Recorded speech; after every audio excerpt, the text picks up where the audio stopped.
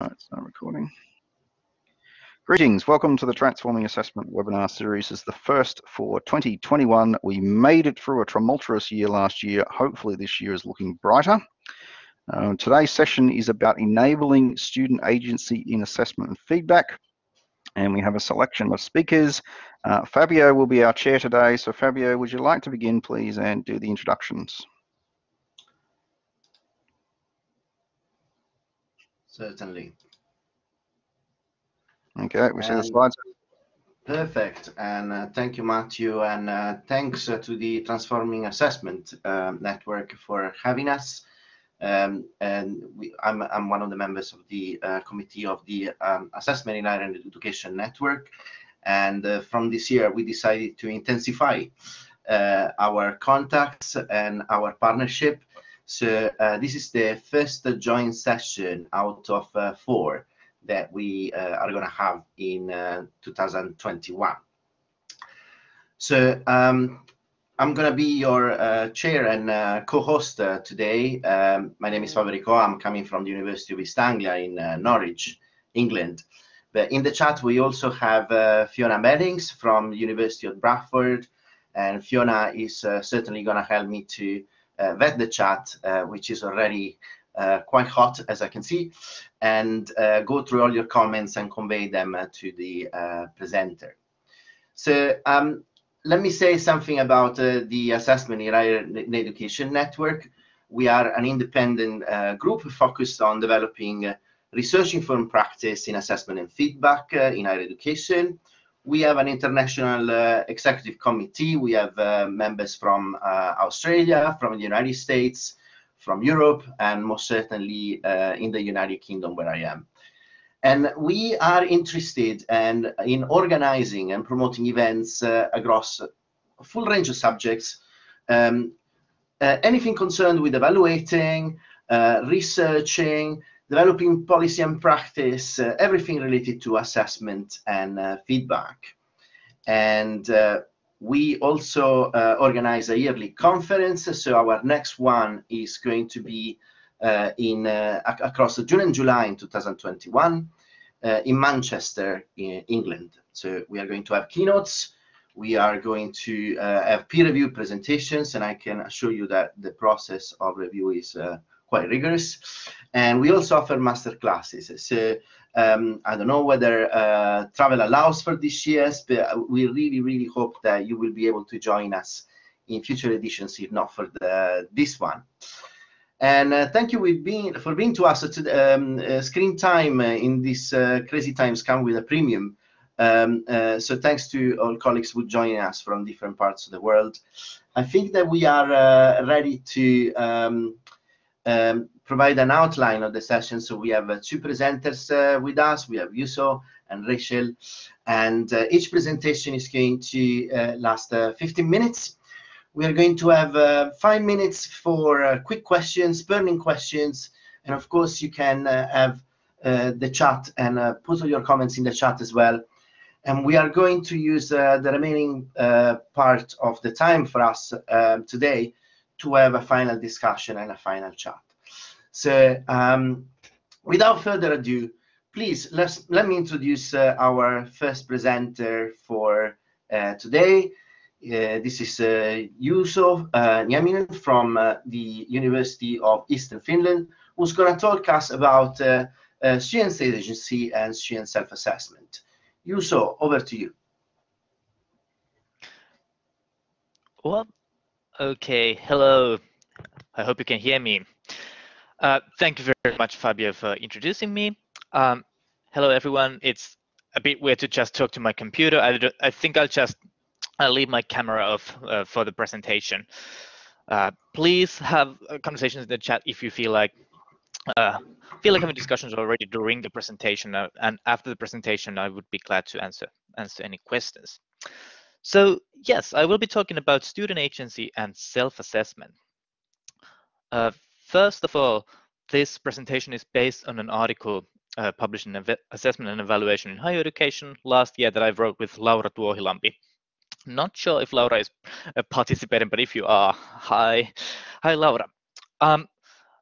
Luckily, my thinking has developed from that time. It's been a year since the article got published, so I will introduce some further ideas based on based on the original ideas from the article. And by the way, if you're interested in the original article but can't access it, please feel free to just hit me with an email. I would be glad to send the article for you. So my research concerns student agency in higher education. Why such a topic? I think this is something crucial, especially in higher education, in universities, where student agency is something that lies in the heart of the whole educational system. We hope that our teaching practices would teach our students something else than a predetermined set of skills. For example, I think this is a nice citation from the Finnish Universities Act that asks universities to educate students to serve their country and humanity at large. Of course, it is important to teach certain skills in higher education, yes, but the purpose behind it should be, let's say, something a bit more noble, especially if you look at the higher education documents. So we really wish to promote agency in higher education. That is the goal that is written in our documents. But actually what we mean by promoting agency in assessment is a bit tricky. I would say that agency is not a term whose promotion would be something that we would always want to do. Yes, in certain contexts, it is important to promote agency. But at the same time, as teachers, as educators, as researchers, we also want to hinder maladaptive use of agency. For example, if a student would cheat in an exam, that would definitely be considered to be a use of student agency, but for purposes that we don't want the students to do in our assessment practices. Also, and what is really linked into this specific research, it is very important in certain contexts to prevent restricting agency in assessment. And these are all different goals. They might overlap in practice, of course, but they are not exactly the same processes. Well, in this research, in a while, I'll introduce you a bit of an innovative use of self-assessment. Where this research stemmed from originally was from a need for assessment and grading innovations. And from the viewpoint of student agency, this is something that has made me once in a while a bit frustrated as a young researcher. I feel like quite often we introduce certain assessment innovations as something that we attach on top of already existing assessment systems and grading systems. But as Bode and colleagues argue in their 2018 article, the knowledge from research does not apply for practice and for systemic change just like that. There's still a lot to do for us to build assessment and grading systems in higher education that would really aim at promoting student agency. And as Bode and Falchikov state in their 2006 article, in their quite widely cited citation, students are recipients of actions of others, not active agents in the assessment process. This is something that the current assessment and grading systems really promote in higher education around the world. So in this specific study, me and my team wanted to come up with self-assessment practices that could promote student agency in a test-driven context. The study was conducted in Finland, and more specifically, which is important for this specific study, is the context of undergraduate mathematics education. So this context is very test-driven. In our study that I'll introduce in a moment, we had hundreds of participants, and none of them reported having seen self-assessment practices in mathematics before this specific self-assessment intervention. Also, it is a context where we see large class sizes. So we often talk about courses with hundreds of students. So how could self-assessment be used to promote agency and hinder restricted agency in such a context? This study was an experimental study in which we tried two different ways of conducting student self-assessment. I'll need to go over the details quite quickly. You could, of course, read the original article for further details. But what we had was an undergraduate mathematics course that lasted for 7 weeks. It had roughly 300 students. And in the beginning of the course, we divided the students into two groups, both having roughly 150 students. All of these students took part in formative self-assessment practices during the course. And this, I'll need to go through this very quickly, but I'll just highlight that the self-assessment practices were something that reflects modern self-assessment research. So it was based on a transparent rubric. The students had a comment on the rubric. That we were fostering student conversations about the rubric and the standards of the course. Self-assessment tasks were used formatively along the course. We were also able to produce digital feedback to the students on the self-assessment tasks. So we were able to map out whether the self-assessment was roughly accurate or not. And we were able to provide the students opportunities to reflect on this digital feedback that we offered in self-assessment. Also, the course utilized feedback loops, once again, in digital environments. So the mathematical tasks that they were completing could be revised based on feedback that the students had to seek. So in a nutshell, this really reflects the modern assessment research, as I just said. And all the students took part of this kind of an assessment environment. However, in the end of the course, the final grading method of these two groups differed. So half of the students that belong to a summative self-assessment group self-graded their own course grade. So after taking part in the formative self-assessment process, they could choose their own grade. Once again, all the details of this process are in the article. I won't go through them right now. The other half, the students belonging to the formative self-assessment group, again, roughly 150 students, took part in the same formative self-assessment practices, but in the end of the course, they attended a very usual mathematical course exam. So all of the students took part in the same self-assessment tasks during the course, but the final grading method was rather different. Well, how did these two groups differ in terms of their studying and learning?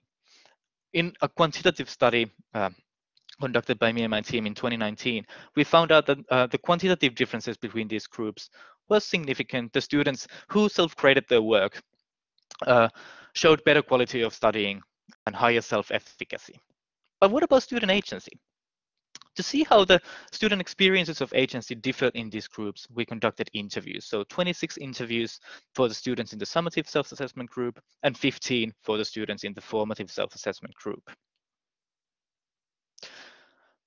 What we conducted with Laura was a social cultural analysis of agency. So we wanted to shift our focus from individual student agency to the structures of self-assessment and assessment in general. So rather than studying specifically individual student agency, we were looking for the affordances that self-assessment offered for student agency in the dataset consisting of interviews. So this is really an important refocus in our approach. And I have to say that quite often studies on self-assessment in the field of higher education take a more of a psychological individual approach, which is completely fine, but we wanted to do a bit more different. We were looking for temporal aspects of agency, the students' past, present, and future experiences and aspirations of self-assessment.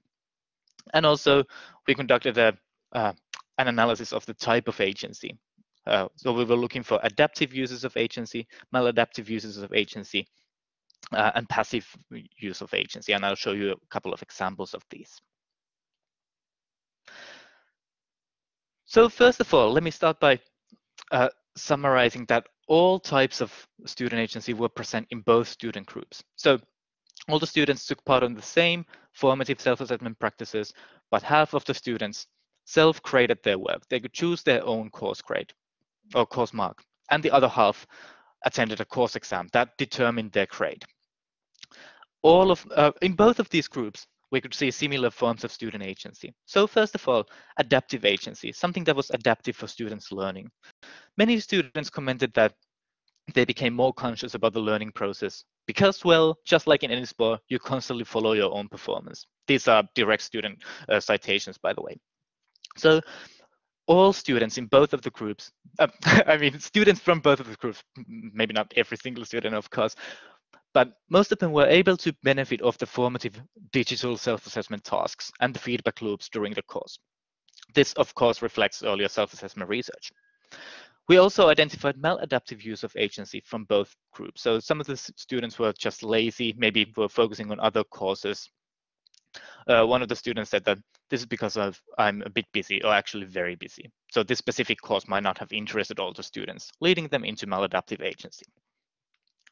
Also, we've identified passive or lacking agency from both groups. For example, one student commented that the teaching culture has never before guided towards self-assessment, so I can't say it would have felt natural.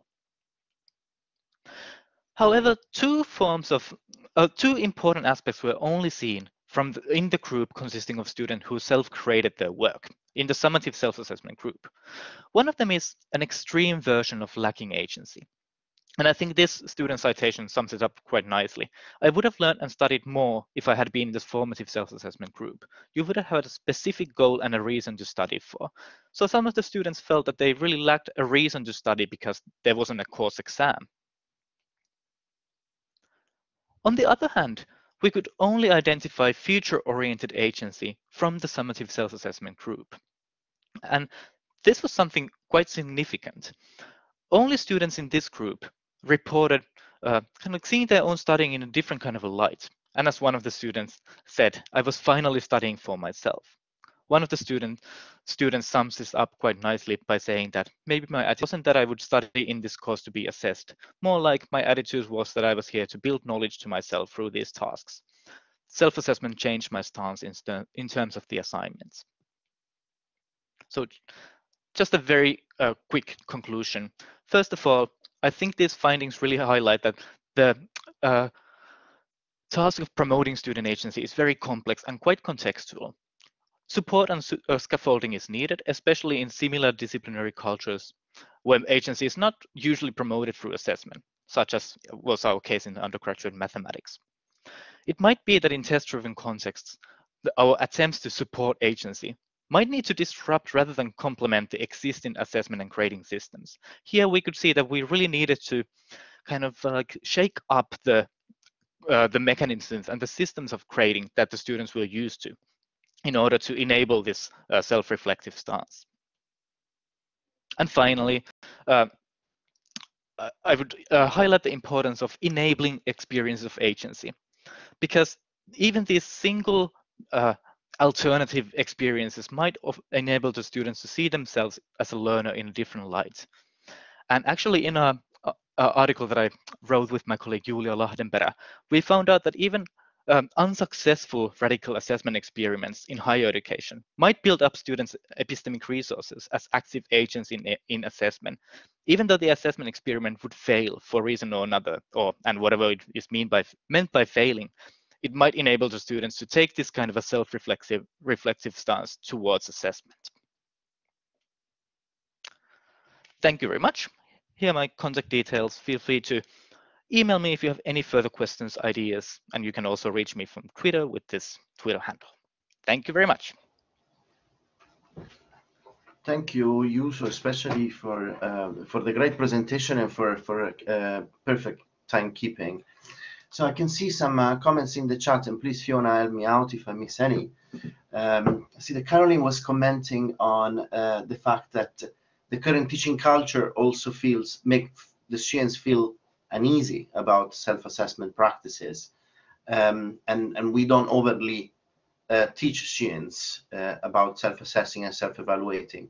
So perhaps one of the first comments you can give us is like, how much is that on the teacher himself, and how much teachers are trained to deliver this kind of practice? Yeah, that's a tricky question, and it would differ on the higher education institution how much that support they could offer for teachers. But what I think was interesting in this study was that the group where the formative self-assessment group, the students that took part of a course exam, like just telling them how important self-assessment is was not enough for all of them to actually engage in the self-assessment practices. So we couldn't identify similar future-oriented agency from that group. So I think in some occasions it might not be enough for us as teachers to tell that self-assessment is important, but not that important that you could actually define your grades. What is more important is the exam. So it's tricky. It's about teacher skills, but it's also about really considering the cultures and the contexts and what needs to be done in a certain context to really enable student agency. I have a quick questions, and then perhaps we're gonna take note of the next for the chat from Ole, asking about how did you obtain permission to change the exam in the math course so drastically for just half of the students? Very easily. So the study was conducted in Finland, and you could conduct assessment in any kind of a way. There are no rules or regulations from the university other than that you have to give a grade. So we couldn't just turn it into a pass and fail course, for example. So that was the easy part. Thank you so much. And we're going to continue the conversation in the second part of the talk. But we are now moving to the second presentation for today. And this is from Rachel Forsyth at the Manchester Metropolitan University. And Rachel is going to talk to us about satisfaction with the assessment and feedback. Rachel, the floor is yours. Hi. Yes, thank you. What I'd like to do really is try to continue what Juuso was talking about, but from a slightly different perspective. So I work in a large UK university, very diverse subjects, and I'm head of the University Teaching Academy, which is a kind of centre for academic development. And so in that role, I do actually have some possibility to make change on a slightly larger scale, but not to get down into the detail that Juuso was able to do there. So we're trying to come at this, I think, from different angles, just to give you a bit of context. And I'd like to focus on thinking about how we are driven in some ways to make changes with assessment and feedback particularly by quantitative data, and maybe there are ways that we can think differently about that. So that may ring true to people in a system which is driven by key performance indicators and things like student surveys. Not that I have a problem with those, but I think I have a problem about the way they're used with assessment and feedback. So just to take three examples, not quite at random, not random at all, they're just three Anglophone examples here. In the UK National Student Survey, the NSS, we have 4 questions which are about assessment, and they focus on fairness of marking, criteria, and whether you get feedback and whether it's timely. The US National Survey of Student Experience, sorry, NSSE, they've got 3 questions in a very long survey about feedback and marking criteria, which are not agentic at all. In the way that Juuso has just described. And there's one question that I found in the Australian Student Experience Survey, which is related to this, which is a good question in relation to agency. It's about challenge. But again, it's a bit lost in a very large number of questions, and I couldn't find any national data. You're going to tell me there is some now. With the NSS, the UK one, all universities' results all the departmental results are conflated together, and you can see those publicly. So you get an average value. But as soon as I start to talk about average values in relation to assessment, you know that it's a mildly problematic concept. Everybody that's here would know that. So just qualitative studies. There's been some fantastic studies about feedback in the last few years. I'm just invidiously picking out a couple here. I'll just leave that one up to have a look at. This one shows that there's a difference in people's perspectives, staff and student perspectives of what feedback is for and how it gets designed. Yeah, sorry, I will keep an eye on the comments as well. Yeah, the subject data is also available. That's true, but it's quite conflated.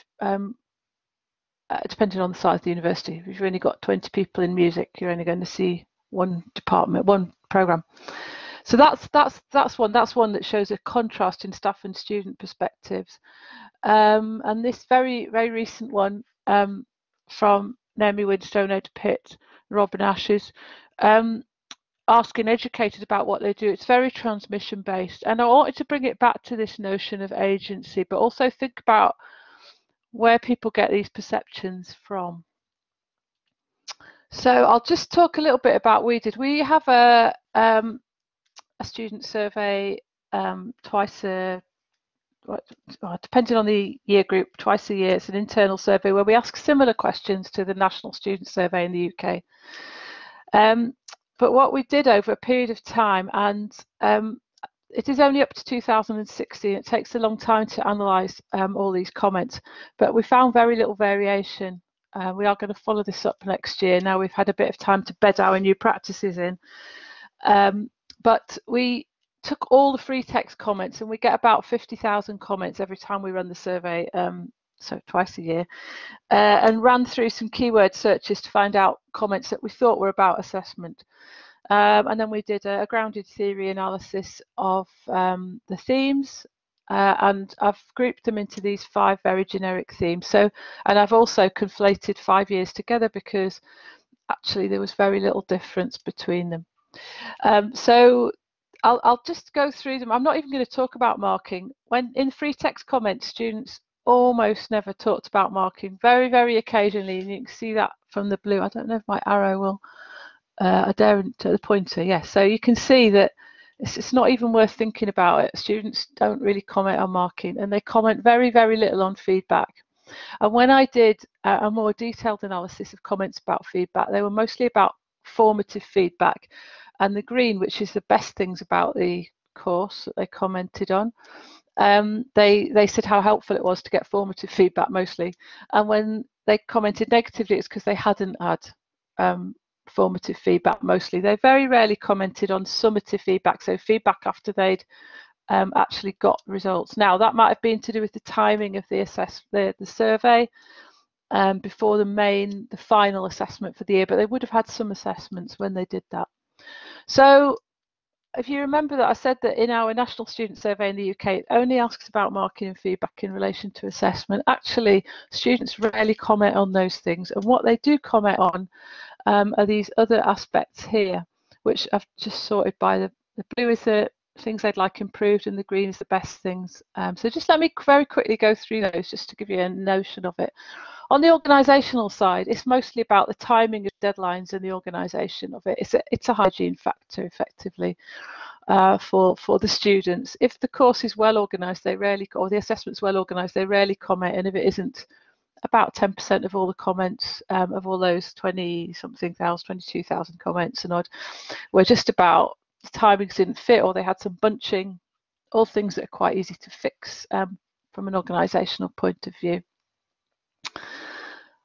But what's really interesting, I think, is that most of the comments are about engagement and about support. And about support, you can see that about a third of all the comments we had were negative about the support they got and what they were expecting. And I think this is where the agency and the discussions that research that people like Juuso are doing is really helpful, because it drills down into what students are able to do, or what they may be expecting, and what we may have to challenge as well. So a typical comment about this, I've given you the positive ones, but obviously there's lots of negative ones, but where they felt, and this could be about organisation because it's about the lectures being set out, but I've put it in under support because it's the fact that they recognise that something that happened in the course was explicitly helpful towards the assignment, and many of the positive comments commented on this in quite a surprising way, because you would think that most of the teaching was going to be supporting students to produce some kind of assessment at the end, but actually students very often commented on it as though it was something they weren't expecting. Not always. I'm just giving you a sense of where this directed our attention. And then on engagement, this one's also really important. This is an example of, and again, I've gone through the comments and picked out one that was related to agency. A lot of students will comment about, and here you can see that positive comments outweigh negative comments, the green. A lot of students commented on how much they enjoyed an assessment type, and here's a typical comment. They've got some choice here. So here we're looking at what a student relating that relative agency to their own experience and actually enjoying doing an assignment. And I don't, there's no reason why students shouldn't enjoy doing an assignment. They come to university because they're passionate and interested in a subject. as well as to get a qualification. And if we can marry those things up, I think we're doing well. So I've conflated a lot of data there, but we've used a lot of this data to try to rewrite our regulations. So I love the question about how did you get permission to change your assessment? And it's good that the answer was easy, but it should be easy for everyone to be able to do that. But we do know that those things are not easy. So what we've tried to do at an institutional level to get towards a more agentic approach, I don't know if I'm even pronouncing agentic right, but I hope you know what I mean. Firstly, this hygiene factor idea, you don't notice certain things being topical. You expect there to be some hand sanitizer when you go into a shop, and if there isn't, you're going to complain about it, maybe. So that's a hygiene factor. It's its absence that you notice, and it's actually quite straightforward to attack those things from an institutional point of view without taking away some of that agency. And then enabling choice, so giving permission for people to have a choice about how they do things, and engaging with that. And I think it's really interesting, that question about how did you get permission to do that. One of the main questions I've battled for the last 10 years is, am I allowed to in relation to assessment? We have many myths about assessment that spring up in an organisation and get passed on from one generation of staff to the other. And so I think this issue of choice and agency relates also to staff. People need permission to do things. Now, it does need to be within parameters, because there's no way of organising a large institution without having those structures. But how do we make those as minimalist as possible? How do we make academic decision making absolutely at the level of the assessment task and not at the institutional level? And this is a journey that we are on, and we'll spend much time on. And this, I think, relates back to what Juuso said about shaking up the system. We can't enable student agency without staff having agency as well. So I'll just an idea of what that might look like. This is a sample task. I will just pause and stop talking for a moment about, this is my own unit, because I didn't have permission to share any others, my own module, which is on assessment in higher education. I'm sorry, that's very recursive. I don't have any trouble getting that approved.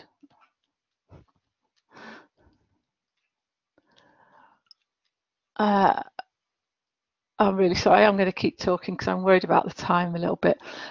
But so what I find is that I spend most of the module just discussing with participants. We maybe have 40 a year, it's quite popular. We have quite a large postgraduate program for our staff, and this is quite a popular module.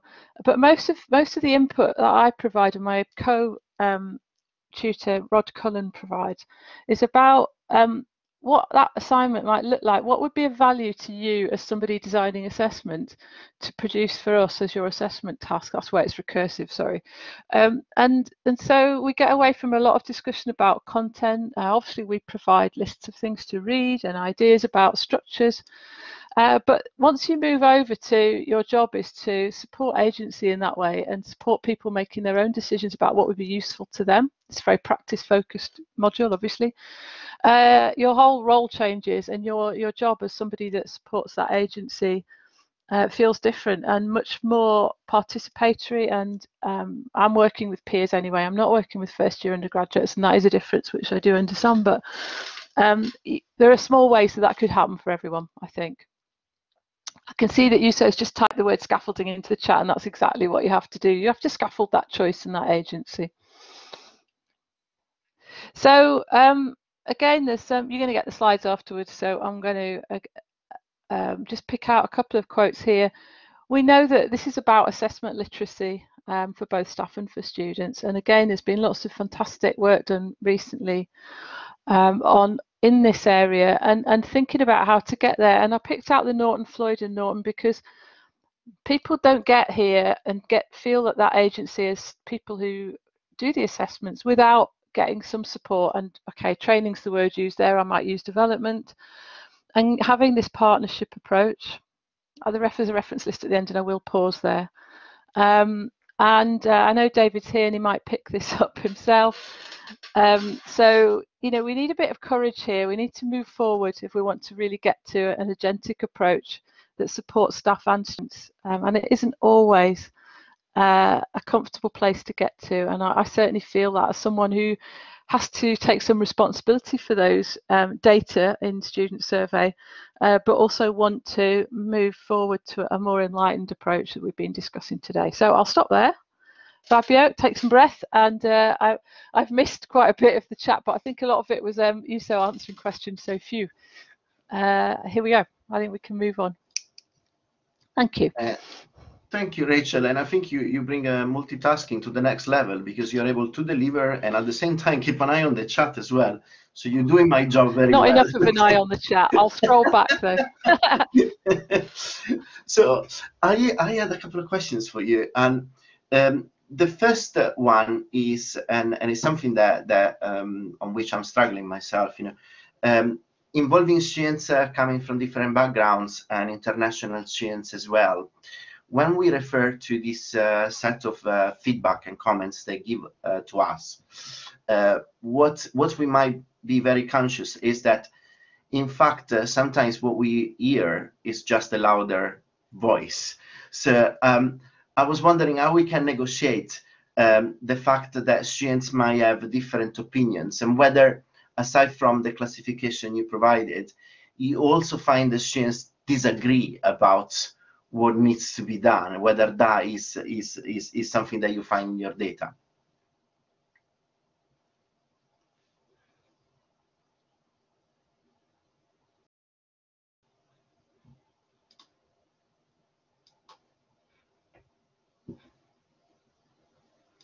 Rachel, are you with us? You might need to press the microphone button again, Rachel. Sorry, I muted myself politely to have a drink of water. I don't think I wouldn't get that from the data that I've showed you today, and because it's lumped together at institutional level, which it was only valuable to us in thinking about what are we doing wrong at an institutional level, and there's a lot of variability hidden in there.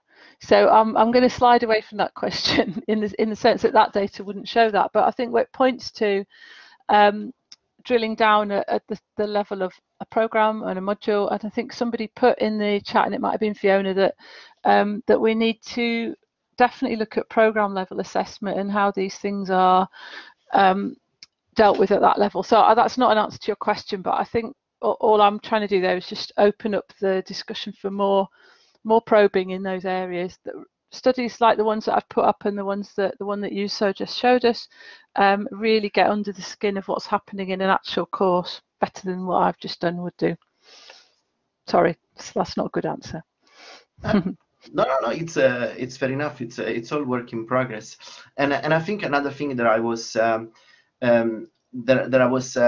really pleased to see is the agentic ability you had to actually embed this feedback in regulation, when the struggle, especially with the National Student Survey that we are in the UK, is that there is a lot of institutional pressure to actually have quick fixes rather than large-scale analysis, the one that you conduct.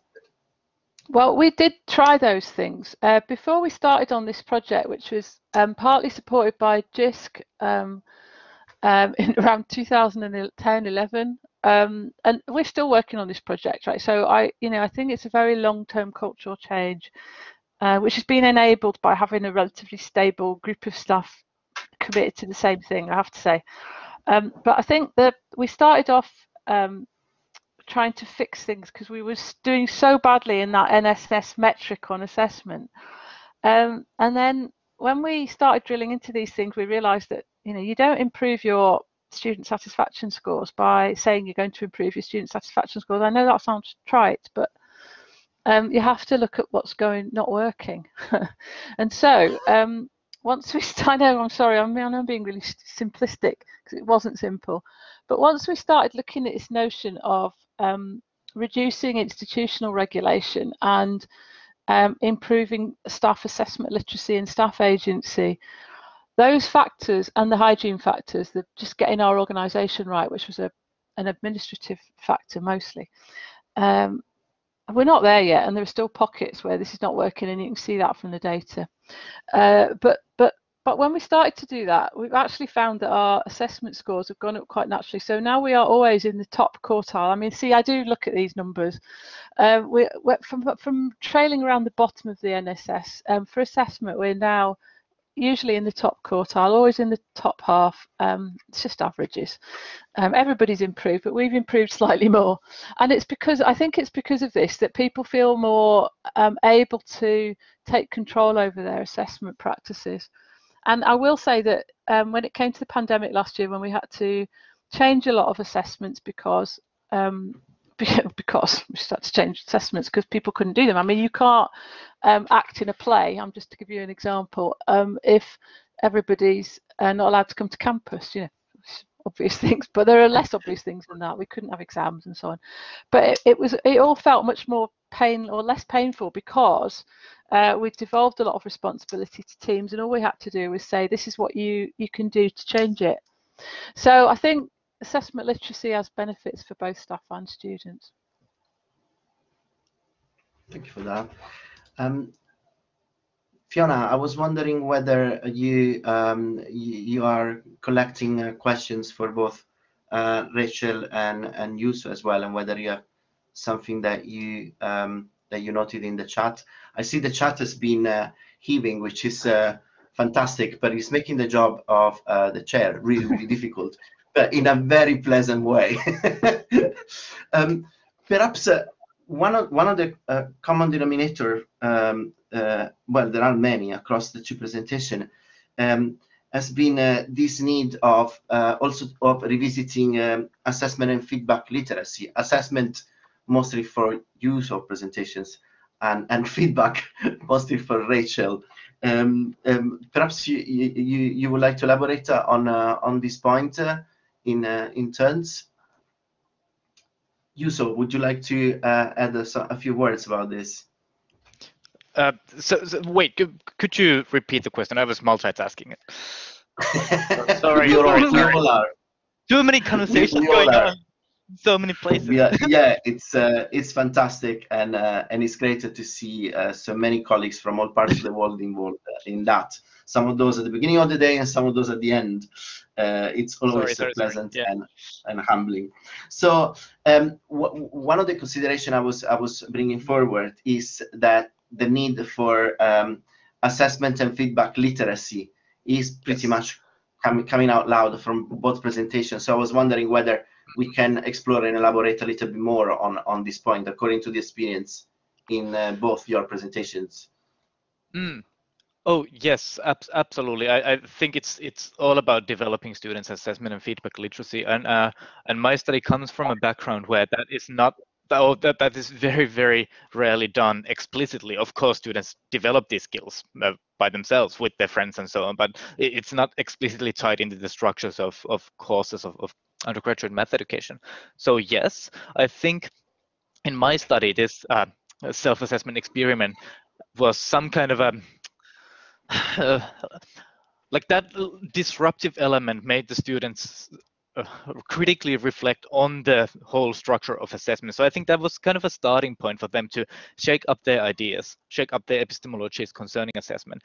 And hopefully in an ideal world, there would be a program-driven way of promoting their assessment and feedback literacy started from that. But in that test-driven context, we really needed to shake up those beliefs that they had concerning assessment. But unfortunately, there was no program-driven way of supporting those important skills in our context. Absolutely.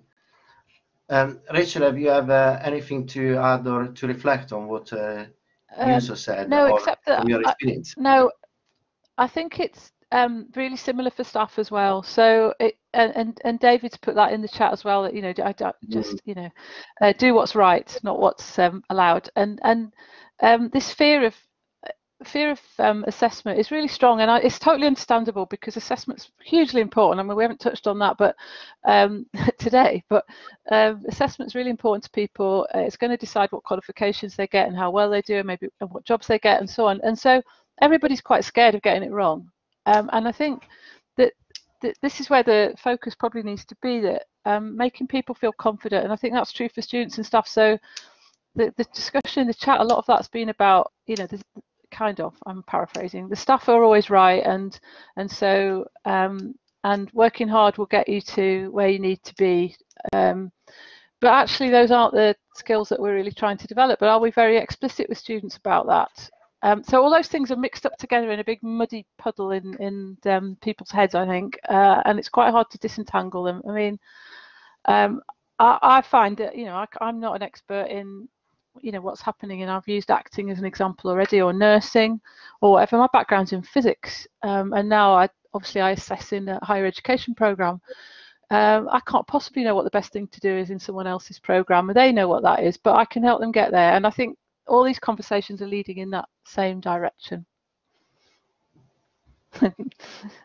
Lots of muddy puddles here, Suzanne. It just rains all the time.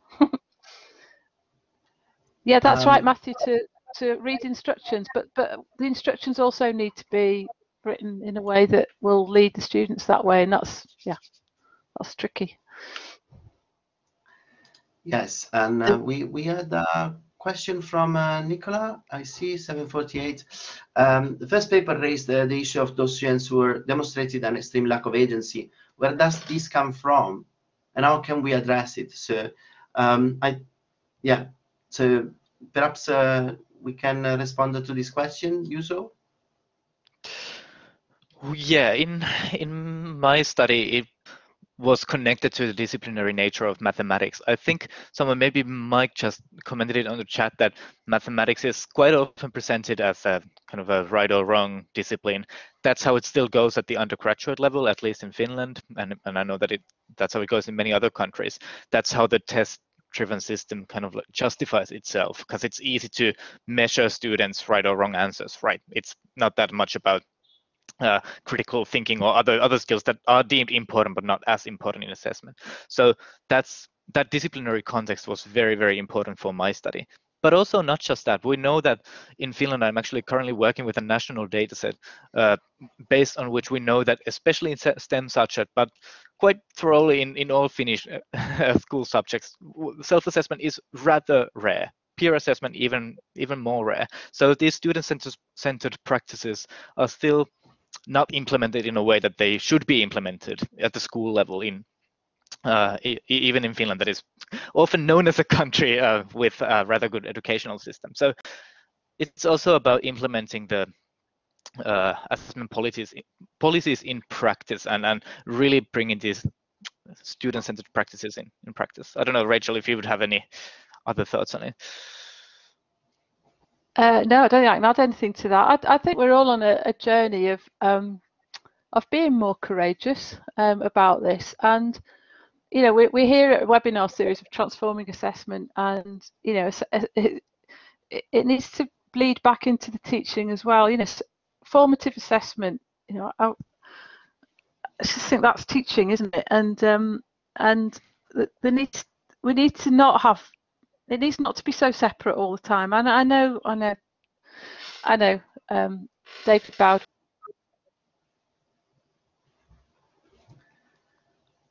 So we have an interesting. Rachel, are you? Yeah. Oh, I'm muted. I was muted again. I can't chat. I think this is all to do with what David Bowd would call the number of duties, the double duties that assessment would be doing, is what I was saying. And one day assessment will be not be separated from everything else, and we'll talk about it as a much more integrated part of our teaching. That was all. That was sorry. I have to say, Rachel, that I absolutely agree, and I would see that entanglement to be seen in the future. But I have to say that mathematics is a nice example of a discipline.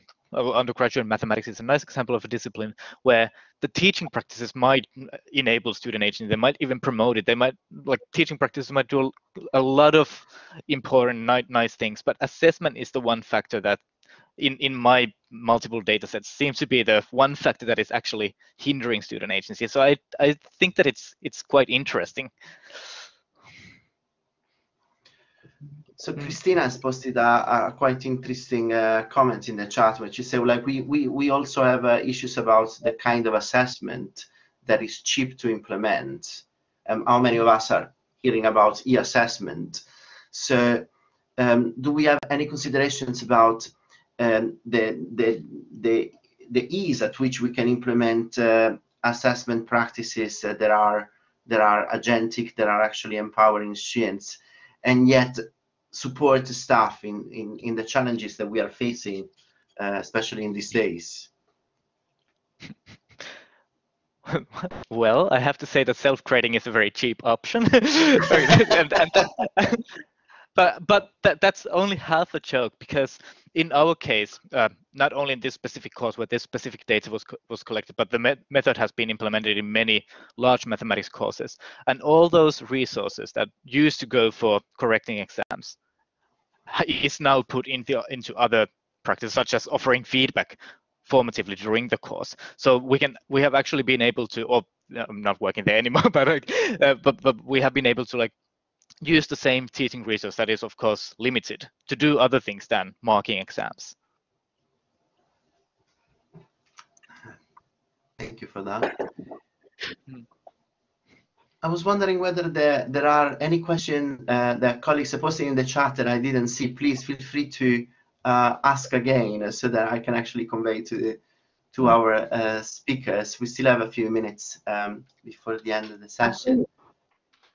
I think a number of the questions have been answered. There's been quite a lot of chat about self-assessment and how we can ensure that students are not just giving themselves 100% because, you know, without any basis to underpin that. And I think that's about how we develop the students' understanding of that self-assessment. Juuso, would you say that's true? Sorry, I couldn't hear the last part. Oh, sorry, I'm just saying that a number of students, so some people in the chat have said that if you get students to self-assess and that's part of the mark that they might get, that they would just give themselves 100%. And I said perhaps it's about maybe the way that we support the student in developing an understanding of the purpose of self-assessment. Yeah, exactly. So that that kind of like a rebellious attitude was definitely a part of our intervention. So we did tell the students that no, you are supposed to learn for yourselves, that we offer you a rubric, a detailed rubric with examples, blah, blah, blah, blah, blah. So the final grade that you give yourself should reflect many things. It shouldn't just be a random number. We offer you a lot of support, a lot of scaffolding. If you want to give yourself the highest grade, look, you're a university student. You're responsible now. Like, and that message is something that I've used as a teacher with much smaller student groups, where I can actually have a conversation with like 20 master students or so, which wasn't possible with those 100 students in the study. So I really think that we do need to say and act in a way that would actually provide responsibility for the students. But that demands a different kind of a culture that we really concretely need to build for our students. Thank you for that. We are approaching the end of our session, and I have to say this gives me much more energy than coffee early in the morning. It was absolutely great to see the engagement that we had in the chat, and you know, so many provocative comments that our speakers were able to generate. So let me thank Juuso and Rachel once again for very insightful thoughts, and let me thank all the colleagues that actually joined us for all parts of the world for your energy as well. That's been really great, and I learned a lot myself. So what I just have to do is now say my goodbyes and give it back control to Mathew, who's going to give us the final wrap up. Thank you all. It was a fantastic session. I can see this is extremely active. People must have been, you know, sitting at home over the Christmas, New Year break, wondering when they can get into transforming assessment again. But here we are.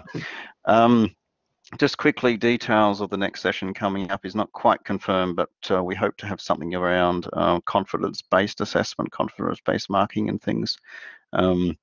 Particularly looking at questions like, are we confident about students' marks, and are students confident about their answers as well? So stick around. Hopefully you'll be here next time. 3rd of March will be the next session, but I'll send out an email early next week, probably, once we've confirmed the topic. So thank you very much all, and all a good night or a good day or a good morning.